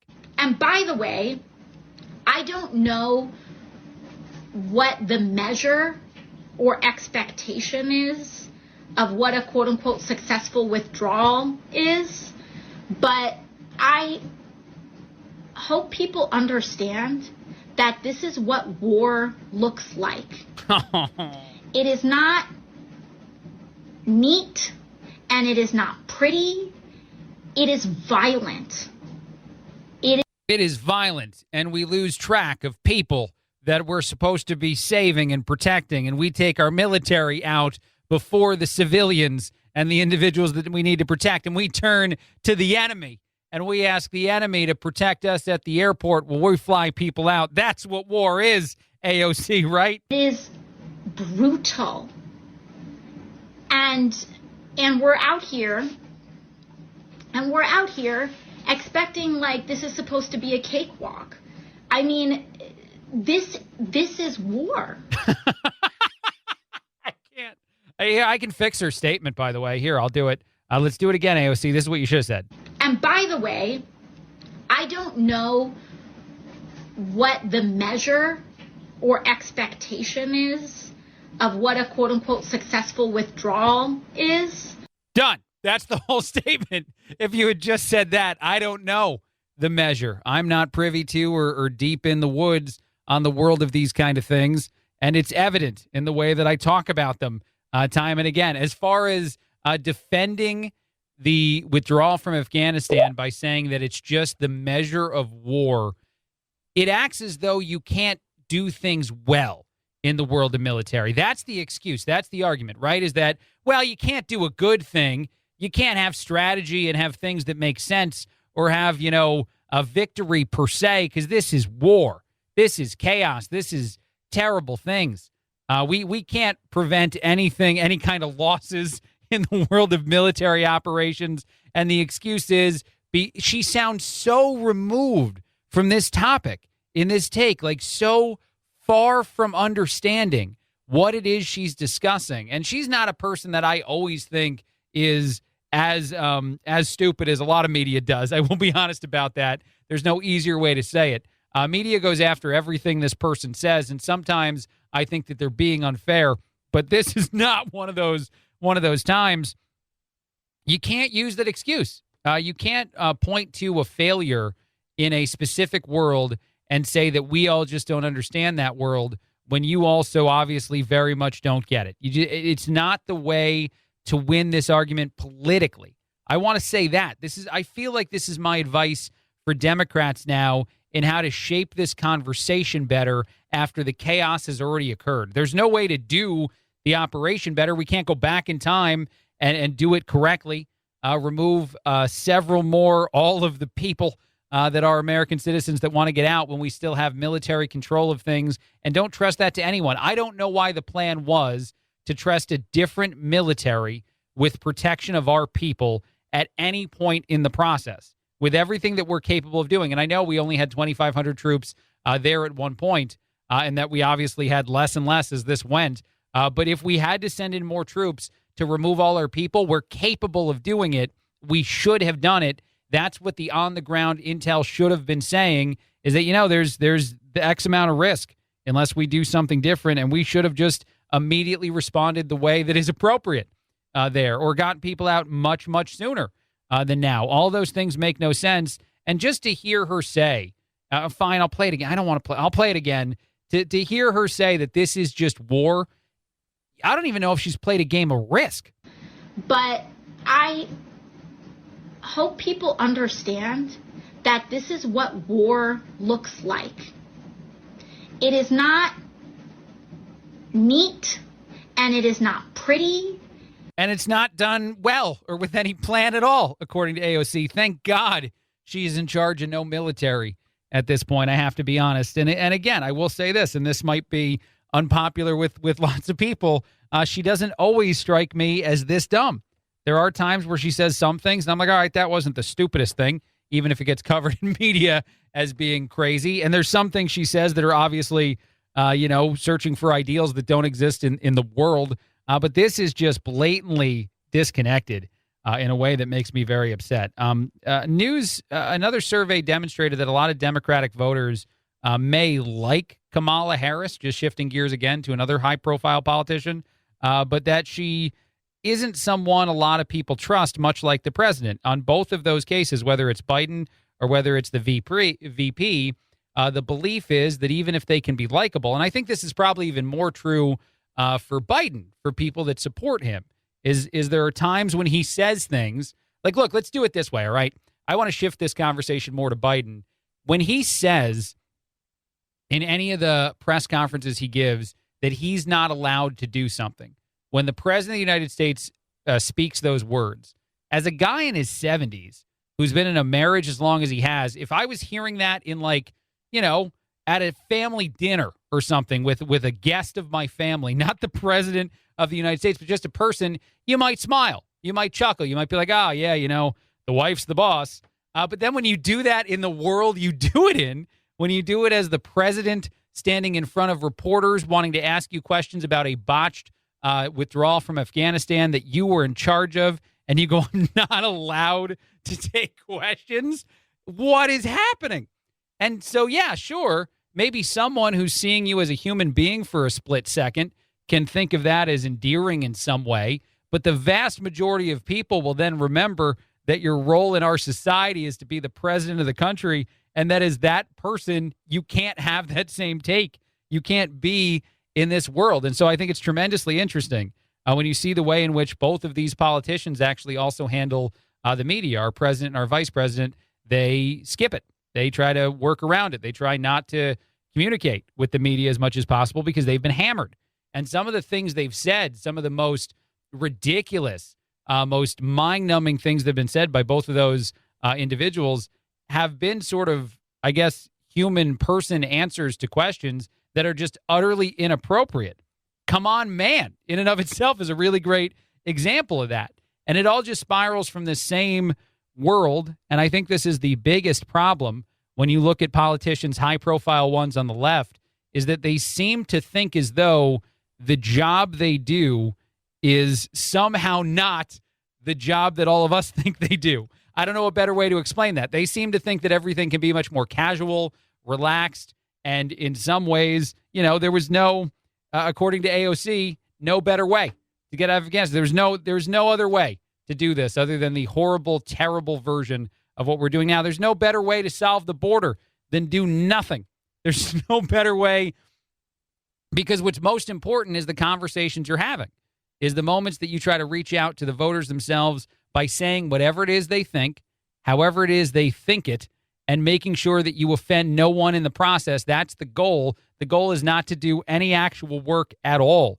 And it just makes no sense to me, and I will take a break after this end of the rant is over, that the left right now, that politicians, Democratic politicians, and even our commander-in-chief, the president of our country, want to pretend that this Afghanistan thing went well. It just makes no sense. I don't know why that's the version of conversation that they're going to have. Maybe they should be pointing fingers at not them, saying this intel was bad or that intel was bad and being part of the solution. But it just seems ridiculous that you want to shape the message. You think so little of the intelligence of the American people that you can tell them blatantly inaccurate things as if they're accurate with the least details possible and assume you've now quieted a crisis. It makes no sense. And AOC, you probably should have pled the fifth on this entire conversation. That's my tip to you. Obviously, you did, and it's fine. You had every right to say what you thought. I don't think it came across the way you hoped it did. A quick break, a lot more. Craig Collins filling in on The Chad Benson Show.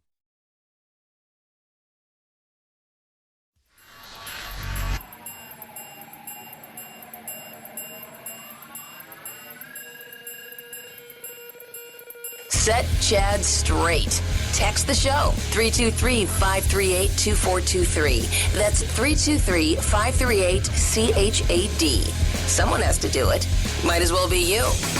The Chad Benson Show. This is The Chad Benson Show. My name is Craig Collins filling in. I got an interesting article from a listener on social media talking about how in the UK, cloth masks are just not really thought of as valuable. There's several places in the UK and several different airlines that predominantly fly in the UK that have either banned cloth masks or governments in Europe have told you to wear the fancier mask, the N95, the surgical mask. In France, the government made it mandatory to wear a mask in public and recommended that everyone get those disposable N95s. In Germany, they again also said that citizens needed to wear filter piece face masks. Those are things like the N95 that actually do more than just, put anything on your face. They've done this in several different places in the UK. And the conversation is about aerosol versions of the virus and aerosol versions of variants of the virus. It's so intriguing to look across the pond, I guess, or just look anywhere other than our country and see the way that other world leaders are navigating this crisis and the conversations around it, and then to remember how we've handled it throughout, because obviously early on people were afraid that buying up too many N95, KN95 masks for people would mean that they weren't available for healthcare providers. I think that same fear would probably still wind up holding true if we started to recommend this kind of thing here in our country. You can forget how much smaller several countries in the UK are than the United States, but they are. The challenges are very different. And the agreement seems to be, and I've even seen some viral videos now of medical professionals talking about that, yes, a cloth mask does not prevent aerosolized versions of virus and transmission. And so all these debates, and there is still more questions, and there seem to be other powerful countries in the world that are adopting different strategies. More information, I'm sure, to come.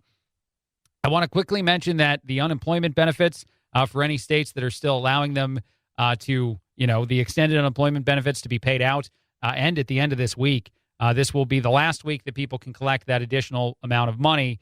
And I am very intrigued to see how many of those jobs that are on the market that are not filled in these places, how many of those positions that weren't really interesting because they didn't pay enough or whatever the challenge might have been, wind up getting filled very, very quickly once the unemployment numbers are completely changed by the amount of money that you're making on unemployment. There have been so many conversations in political spaces about how that wasn't an impact, or maybe it was kind of an impact, or all right, fine, it is an impact.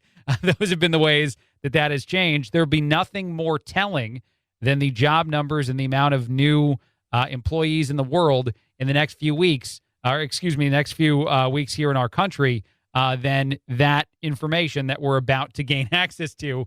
Any of the job reports coming out in the near future will certainly end a lot of that argument. I saw this study.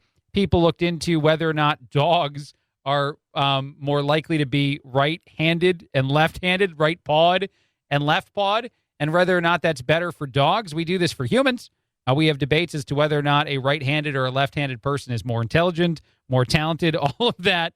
I guess the reason that scientists even looked at this research, they found that it was far more likely for a dog that competed in fancy things like, the Westminster events, that they were likely to be right-pawed. And so I love that I just said that. So they wondered. They're like, well, what's the prevalence of right versus left in the world? I don't know how you determine this.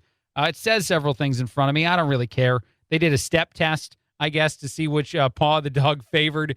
I don't know why we think we learned anything, but apparently dogs are 56% more likely to be, 56% of dogs are more likely to be right-pawed than left-pawed, and it just so happens that 61% of dogs that compete at fancy shows are right-pawed. So it's very, very close, and information that absolutely none of us needed. And sometimes, with all the debates we have as to whether or not science created COVID-19, you wonder if it might be just better to force a lot of scientists to just research whether or not dogs favor their right paw or their left paw and just leave it there. I know there's a lot of advancements that are valuable, but every so often you'd be tempted. You'd be like, all right, if everybody shut down that lab in Wuhan and we just turned it into studying how dogs get into competition shows, that might be a much better situation for all of us involved. I saw this story, too. A Chicago-based travel blogger, her name is Kagan Brooks, decided to trek one of the most dangerous hikes in our country wearing sandals, and she is apparently very proud of it. She went to the Zion National Park in Utah. She was successful in doing this despite the risks. She was capable of making the entire trek in just her sandals. She created video to inform people about the hike and offer some tips to anyone that wanted to attempt it as well. My first reaction is you probably shouldn't do this. You probably shouldn't do it in terrible footwear, in something that's not really protective at all. But if you have to, I say that maybe you do it in something better. Thank you for all this, but are you in sandals is one of the comments that someone put up there, and she did have to confirm yes.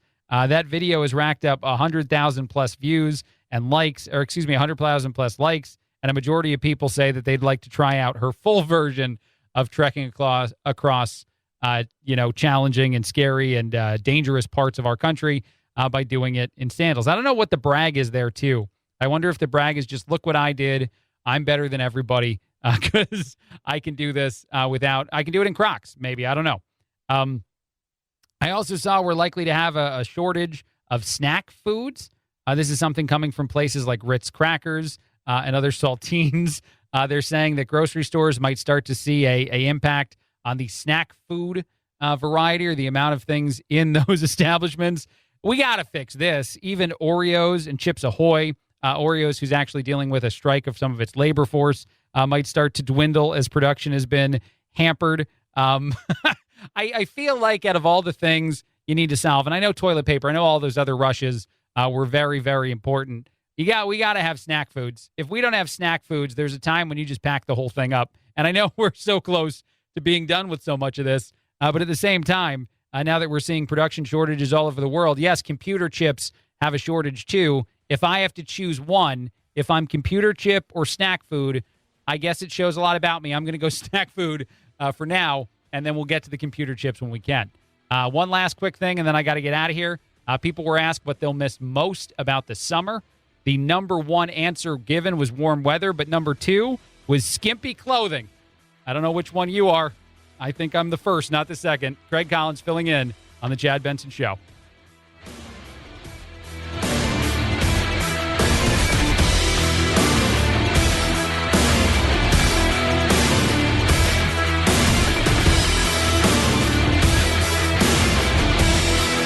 This is the Chad Benson Show.